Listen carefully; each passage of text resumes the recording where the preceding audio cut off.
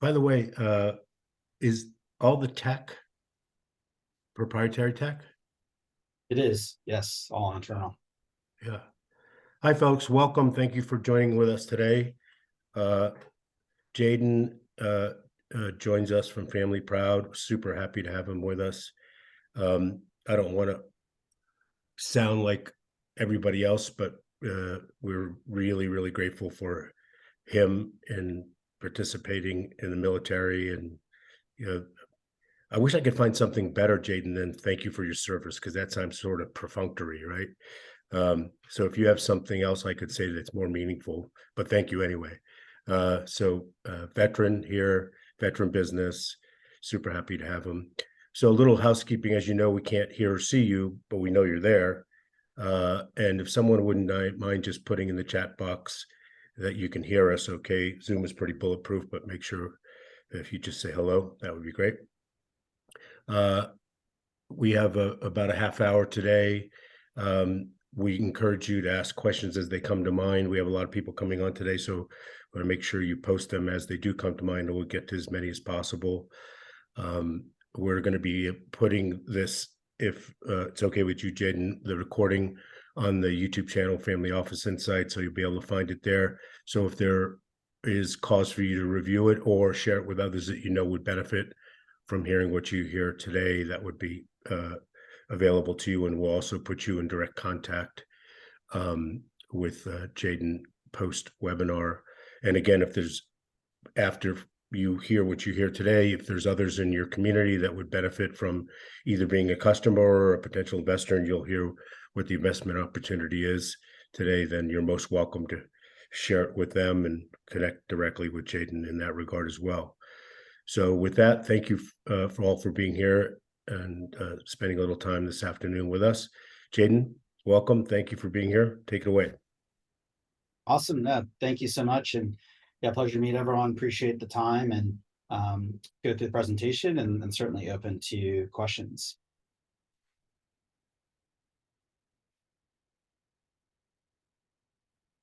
So good morning, everyone. I'm out here in San Diego, so still Pacific time, but I'm the CEO, co-founder of Family Proud, and Family Proud is a platform that's designed for care, and we're really focused in making receiving and providing support for our loved ones and community as simple as possible. So 7 years ago or so, I was still active duty in the Navy and was deployed overseas as a special operations helicopter pilot, received a notification that my mother had been admitted to St. John's Hospital in Los Angeles with a heart attack. This concept of remote support certainly came to mind, was really worried about what to do, what were those next steps, and everyone asking, how can I help? And so I'd like everyone today to think about someone that they care about, that they love, someone they care about in their community, and ask yourself what you're willing to do for them.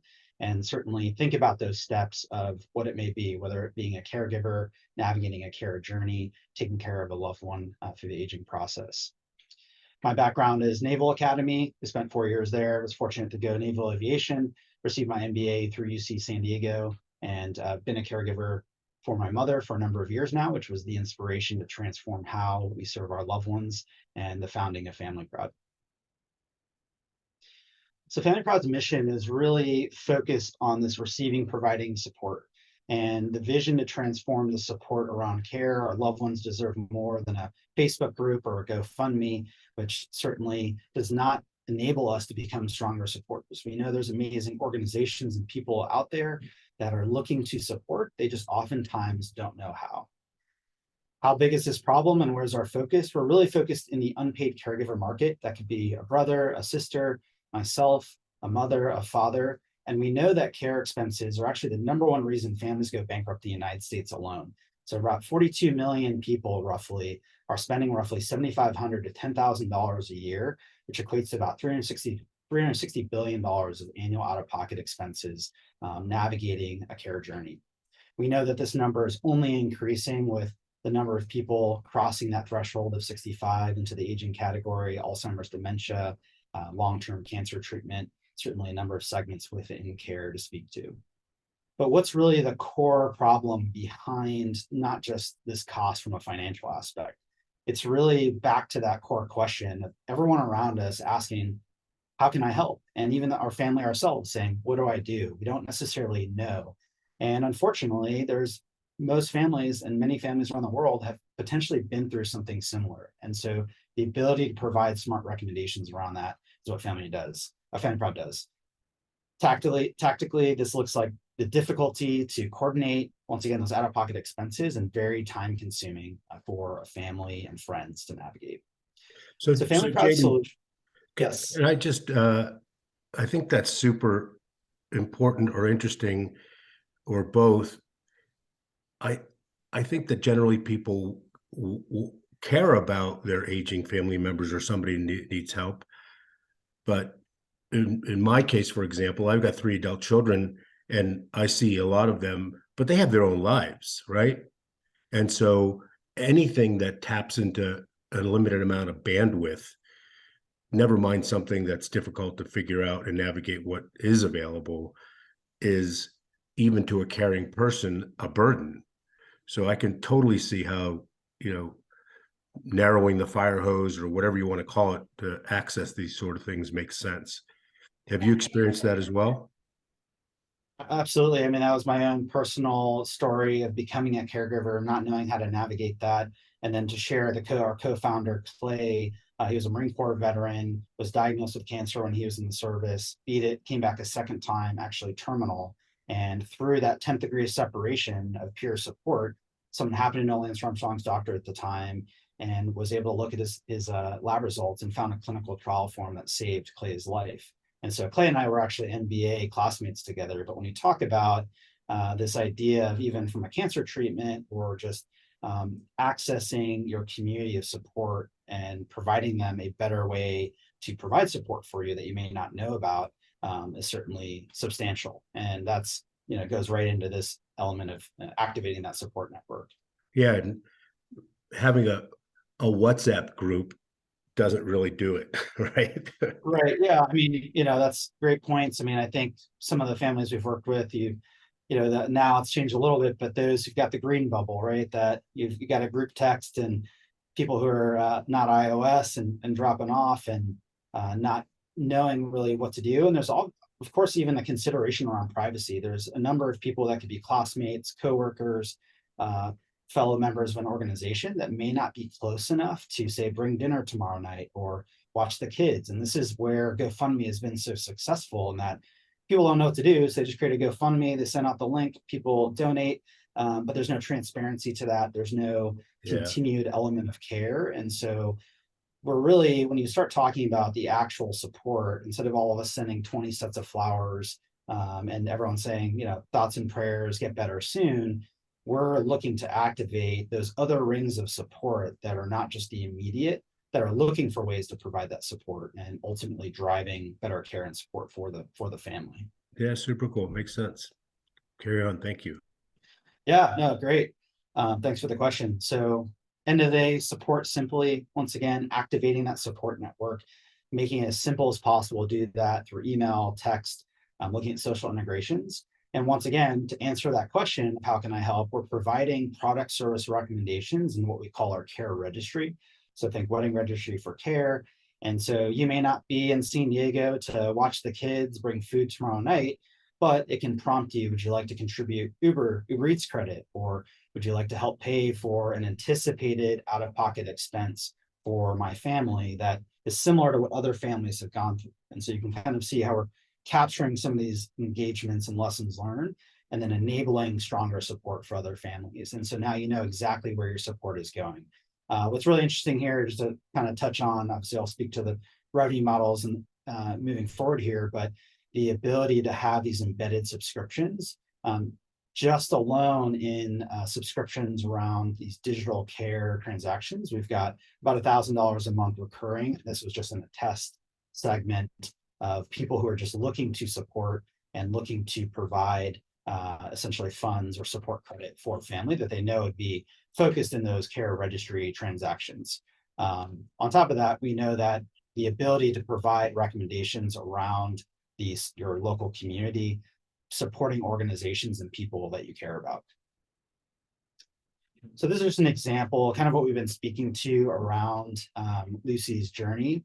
And Lucy is a family, a young girl that was diagnosed with cancer 2 weeks ago, somewhat similar to this concept of something has happened to the family. They're able to invite their loved ones on.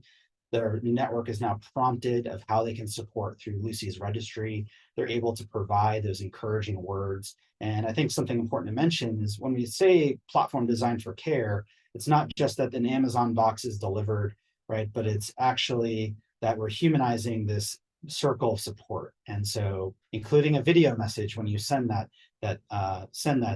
item on the registry, ability for them to easily say thank you with a video message, right? So really humanizing the support process and being able to continue to coordinate that support moving forward. But the reason I kind of outline that here is what's happening in the background and what has Family Proud really taken into consideration, both in our design and implementation, is that there is a behavioral science to support. It's in all of our DNA wanting to support one another, and the ability to make that as simple as possible. So you can see on average for a care circle, people are inviting 3 to 5 people into a care circle. They're getting affirmation of that action and support. We're talking about oxytocin and the trigger release of feeling positive and having an affirmation around pro-social behavior support. And so also very important is that we're cataloging and capturing these engagements of data around how people are supporting one another and what best supports families based on who they are and what they're going through. So just kind of the high level here, we know that there's existing types of things out there. We're really consolidating all that support and capturing that data from it as well and providing a direct value. What was the name, Jaden? I'm sorry. Yeah, nope, no worries. It makes me think of the incumbent services. What was the name of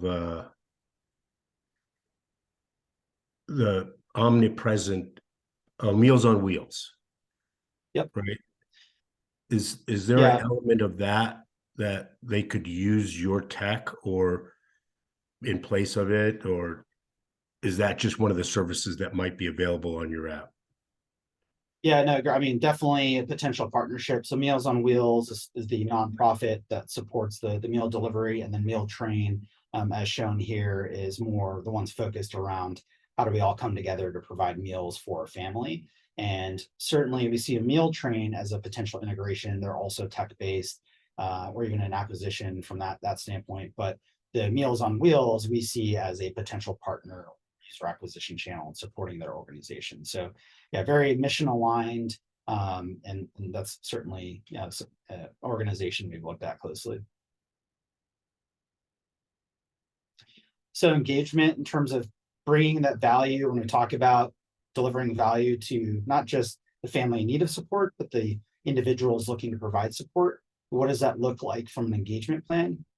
And you can think about these engagements as closed loops of engagement around pro-social behavior. So providing curated content around those resource recommendations, things that you care about, not just noise, no ads, but very focused around the families that you're looking to support or yourselves, as well as the organizations that you care about. And those are determined by, of course, your profile, your interests. So you can kind of see here some examples here of featured organizations, say cancer, autism, and then, of course, being a part of these different care circles with these different calls to action.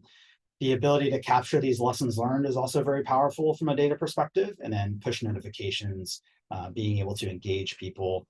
An example there is, here are ways that you can support Jaden's family if there's continued support that's required, or lessons learned or content that may be relevant to you as a supporter or the family themselves. And this is just kind of a high level on that science of community that I was just speaking to.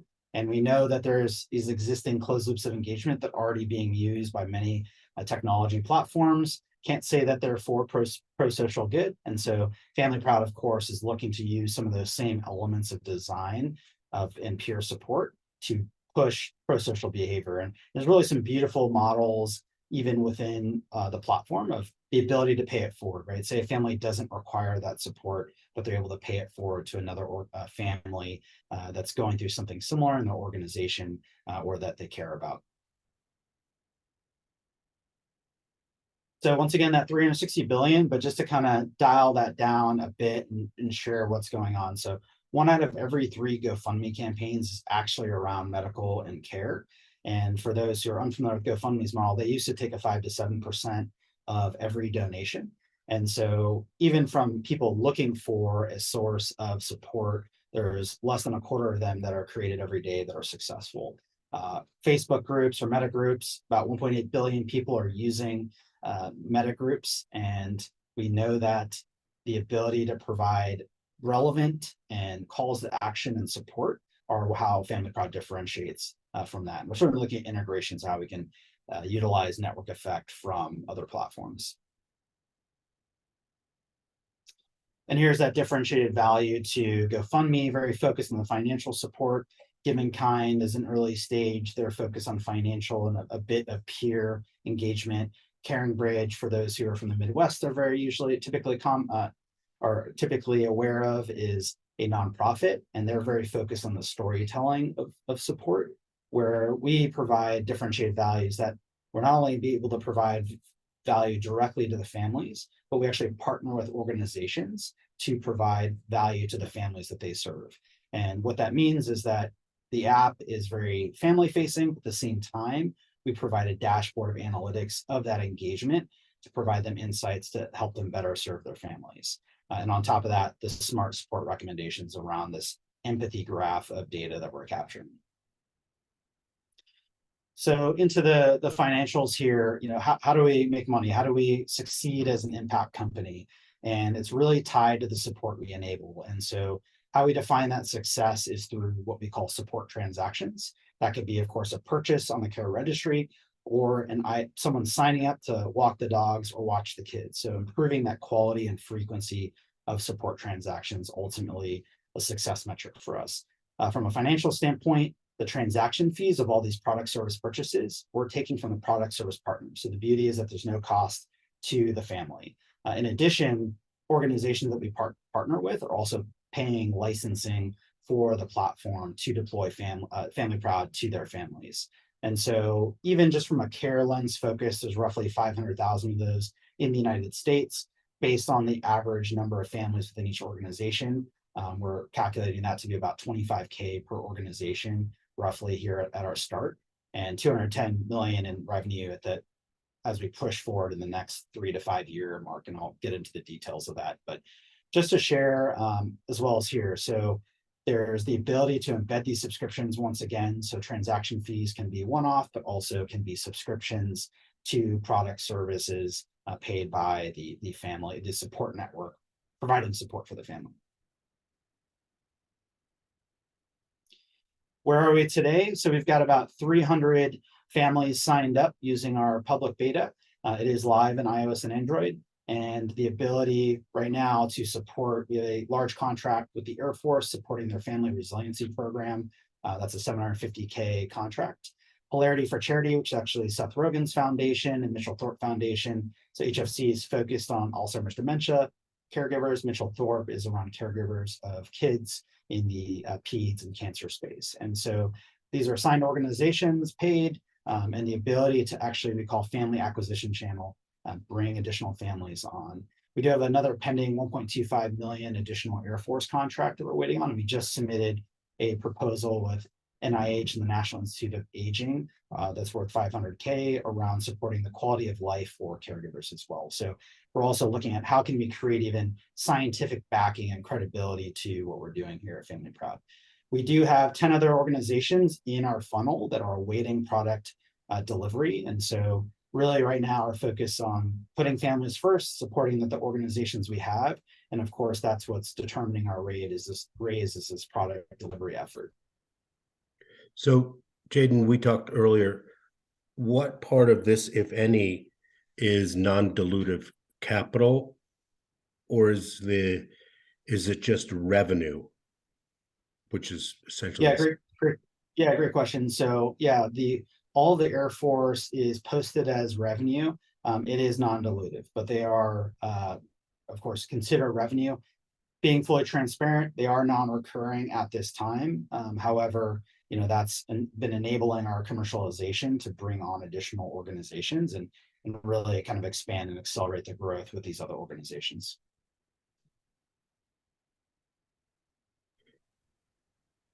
You're probably going to get to it, but there's a matching thing coming, right? That's right. all great opportunities. So yeah, just to kind of shown kind of a roadmap here, projection. So last year we brought on these organizations, really focused on serving them, learning from them, from their families. Where are we today? This Q1 to Q2 push focused on our Air Force contract. Last year, just a note here, we were part of the Google for Startups inaugural Latino founder program. And so we were accepted as a Google portfolio company. They awarded us $100K in non-dilutive last year to support our efforts here at Family Proud. The growth you can see here this year focused on our current raise, and then I'll talk to this 1.8 million Air Force matching. You can see, of course, large jump from the next couple of years here. And just to share, right, the efforts of our segment are focus and care in this DoD right now, but we actually see ability to expand Family Proud into community health efforts, employee benefits, and even potentially insurance when we start talking about forward-facing to meeting families where they are, from even a health and wellness aspect as an offering and a benefit suite to enable organizations to better serve their families and have the insights around that. So is what you're doing for the Air Force presently somewhat different than what the app does for one that signs up? So it's the exact same. It's just white labeled for the Air Force. And that's from, privacy security for them on the data side, and very focused in more Air Force resources, but still same software and technology, just a different build for them. So just to touch on that in a little bit more detail. So all these organizations, if a family member signs up or any user signs up through an organization, they're able to opt into the greater Family Proud network. And that's how it's an acquisition channel. Someone else today could download the app, still come on to Family Proud, then learn about these other organizations as well, and potentially join those organizations. So that's all from an infrastructure perspective, the ability to kind of cross-talk around and be a part of multiple organizations. If they want to, right? Yeah. Yep, exactly. Yeah. Great. So just more fidelity around the focus we have right now is very focused around care. As you can see right now, we have a family liaison service that you could pay for as an embedded subscription, yoga therapy, care navigator support, gift cards, flowers, a very basic care support right now with the HFC, Air Force, and Mitchell Thorpe efforts. And where we're looking to go, you can certainly see the different categories of product service support can range. It's not just from a clinical lens, but what are those out-of-pocket expenses for families? It's food, transportation, logistics, supporting the siblings with kids, it's family members visiting. So you can see here Airbnb, Lyft, HelloFresh, some initial conversations with several of these, and onboarding a nutritionist to be able to provide an additional service on the platform as well. What channels are we looking at? Once again, speaking to the ESG, corporate benefits, and certainly patient support programs. Just to highlight all of those engagements once again, and I think what really differentiates us versus just being some coordination platform, which is a very noisy category, is that we're accounting who families are and what they're going through. So when you consider what language does a family speak, what culture or community is important to them, you're really capturing a lot of community and some socio-demographic variables and data that are not necessarily being captured across the board from a clinical sense.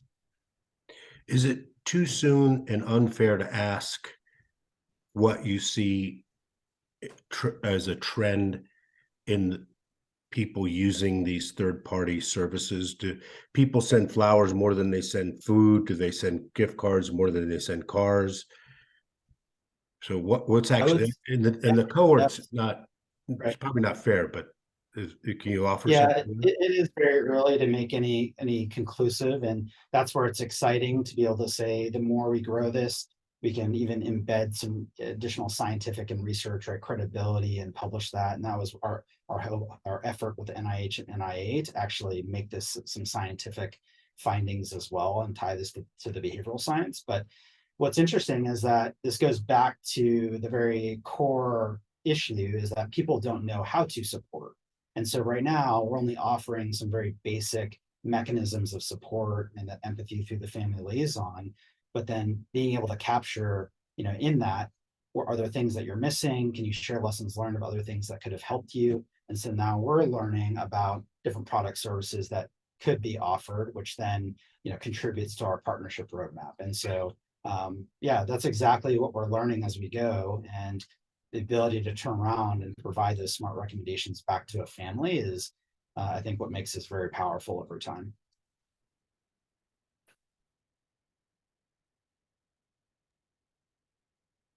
So I'll continue forward here. So we are raising a 2 million on an 8 million pre-seed. We have previously raised $1 million in an angel friends family in late 19 into 2020. So with 2020, of course, that became a rolling close, but we were able to close it oversubscribed.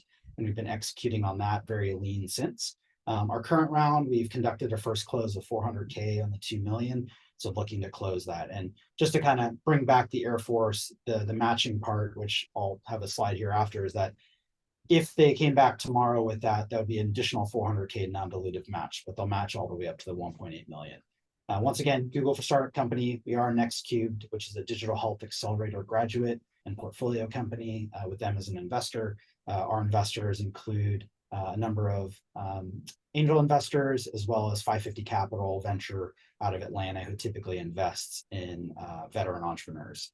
Capital utilization, very focused on this partner growth, product delivery focus. Of course, there are some products, privacy security considerations that we've made a priority from the get-go, but being able to expand out those efforts. And really looking at, even from a data science play, all these recommendations, laying down the initial foundation from a data science perspective, from an AI ML roadmap, as well as we move forward, and then expanding the family liaison program to provide the support to the families as we move forward. And this is just to touch on the Air Force opportunity. Just some smaller bullets here, but really what this looks like, the minimum they'll match is 375 up to 1.8. So essentially ability to 2x investment out of the gate with non-dilutive, and certainly part of the strategy of our raise, as well as supporting the product delivery. Team, myself, spoke to that. Dom, very thankful for him, thankful for everyone on our team. And he's our COO. He's a Naval Academy classmate of mine, so I've known him over 10 years now. And he's also, he was a surface warfare, so drove ships in the Navy, but became an engineering duty officer, did his MIT or MBA at MIT, did a dual master's at MIT, worked for Amazon Robotics. And then I was able to convince him to self-relocate from Boston to San Diego to join the team. So thankful for Dom. Leland, former Uber engineer, full stack. Certainly has a personal touch point to the mission as well. Charles, a senior engineer, background with Intel, and based out of here in San Diego. And then Lauren, really the heart and soul of our company as well. When she was 9, was diagnosed with had 2 tumors in her brain. They had both removed, left her visually impaired, but really her commitment and resilience to be our family liaison and have that empathy when talking to families. Also has a background in patient communications.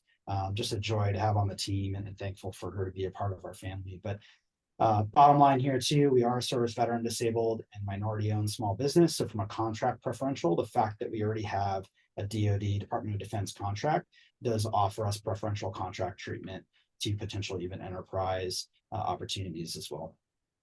Nice. Board of directors and advisors. So Clay, who is a co-founder, is now a board member, but Peter and Trevor round out the remainder of our board.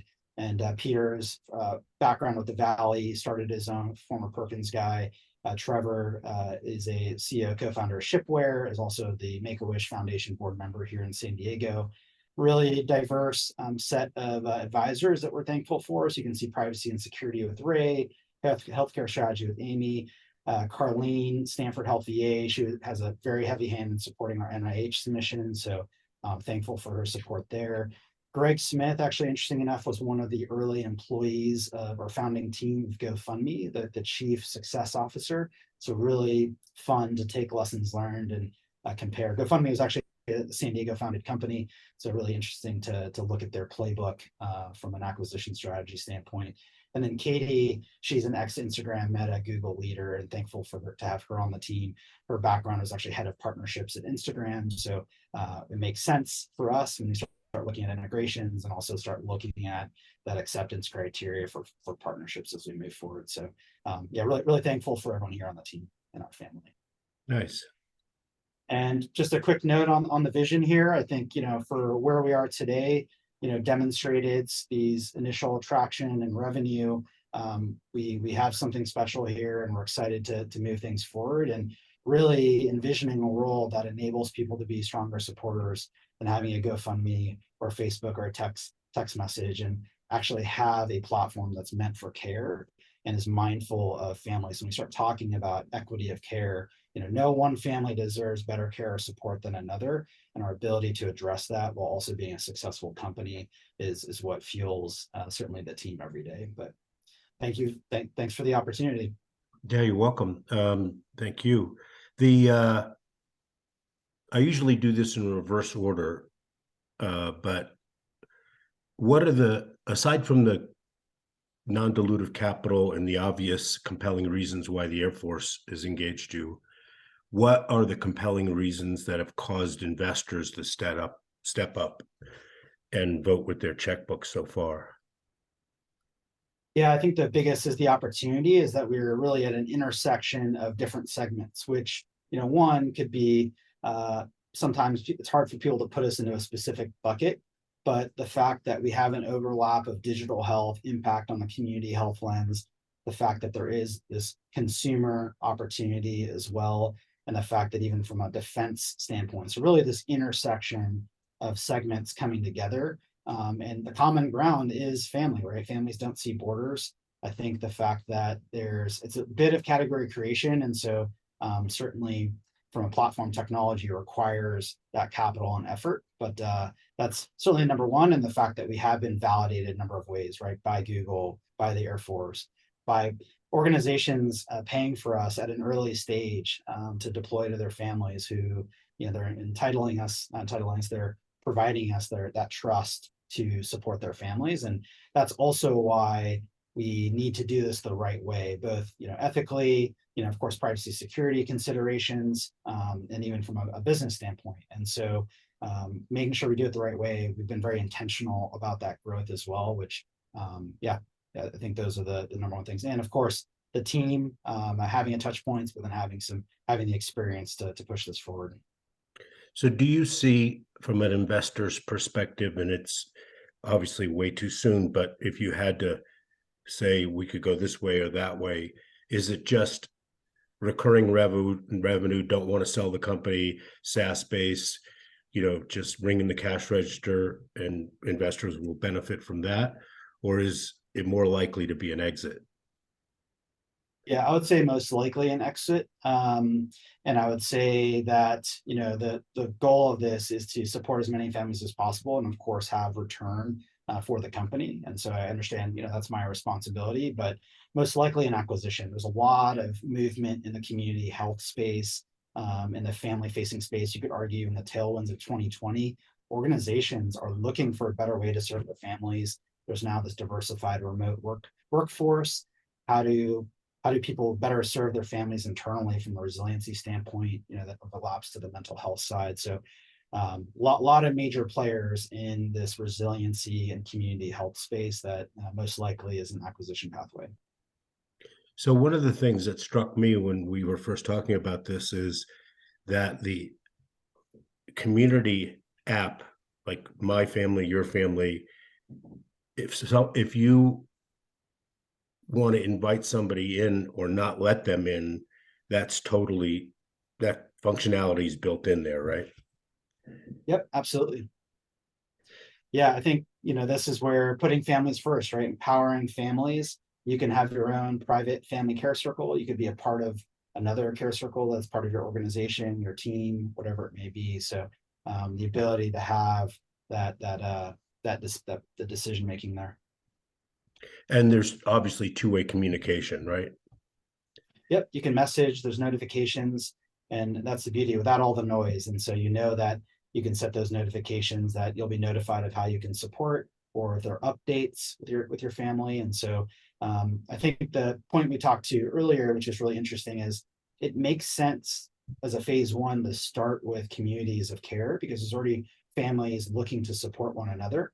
But where the growth really happens is when you're able to put Family Proud in place before something happens. And that's why we're looking at the Yeah. employee benefit segment as the phase two, because now we've got demonstrated traction.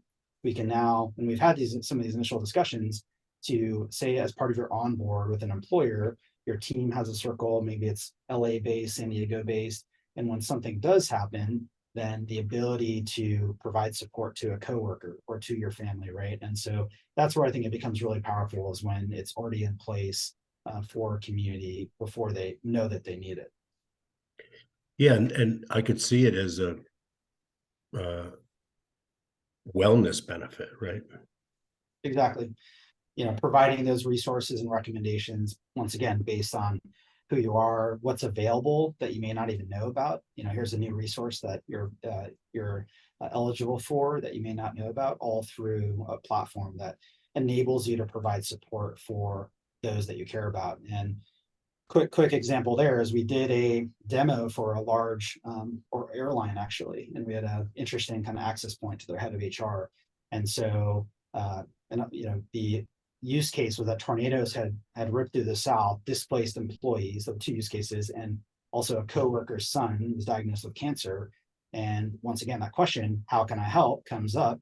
There's nothing in place as an organization, I mean, other than potentially, here's a grant fund, other than standing up a GoFundMe to support that coworker or their family through that time period, right? Which is not necessarily sustainable. So the ability to have something internal to now activate that support network amongst that company's family is, the ability that Family Proud can provide. Yeah, platform to catalyze, right? Yep, Very exactly. cool. Well, I super appreciate you doing this today. And if it's okay with you, in a couple weeks or so, let's come back and do it again. No, that's You great. can tell the community more about what progress you've made and talk more about the sort of things that the investors can benefit from, and then see how the non-dilutive capital works out, if that's Oh, okay with you. wonderful. Yeah, Yeah, thank you, Arthur. I appreciate the time. yeah, you bet. And thank you everybody for being here today. And we're going to record this and put you in touch directly with Jared. And uh, and as I said, if there's other people that would benefit from hearing what you heard today, you're welcome to make sure that they connect directly as well.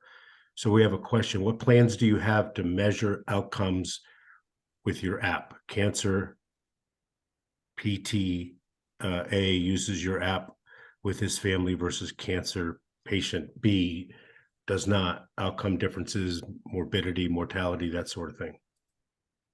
Yeah, no, great question. So, especially through this NIH and NIA funded effort, the intent there, that one's focused on Alzheimer's caregiver, but the ability to work with whether it's outpatient or cancer support centers or patient centers, the ability to provide a resource, ability to, of course, test within those groups, and to share. Like the background there is that we actually entered looking at a B2B healthcare play and learn quickly that the B2B pathway is very difficult for a young company, but there's certainly opportunity there to be a bridge and wraparound as a wraparound resource for those different centers and provide that post-discharge data engagement. But plan right now is, of course, partner with an organization, a cancer center, health center, and then be able to deploy this to their families and, of course, work with them and our advisors to be able to create a case study to come up with the right metrics there. Yeah. I can imagine at scale, you'll be able to contrast, okay, if you had this, it was this, and if you had didn't, it was that, right? At scale, right? Right. And I think what's really interesting there on the community health piece is there's a lot of big focus on the home health market at home, what's happening at home with patients and families, and our ability to meet families where they are, ability to actually capture that engagement at home and potentially identify, here are some of the needs of families that are, we'll say, located in this area, going through this type of treatment. and are being seen at this location, right? So I think the way to capture those variables and then capture the support and engagement of their support community is exactly what we're trying to do. Yeah, there's definitely that trend, not Right. prompted good or bad by COVID. Staying home is a pretty good idea. Yeah. And thank you, Scott, for your recommendation. I'll make sure Jared gets it. So super. Thank you again, Jared. And thank you all for being here. And as I always say, thank you for sharing with us the only thing you can't make more of, and that's your time. Until next time. Thank you, Jared. Really appreciate it. Thanks. Take care. All right, take care. Bye. Bye.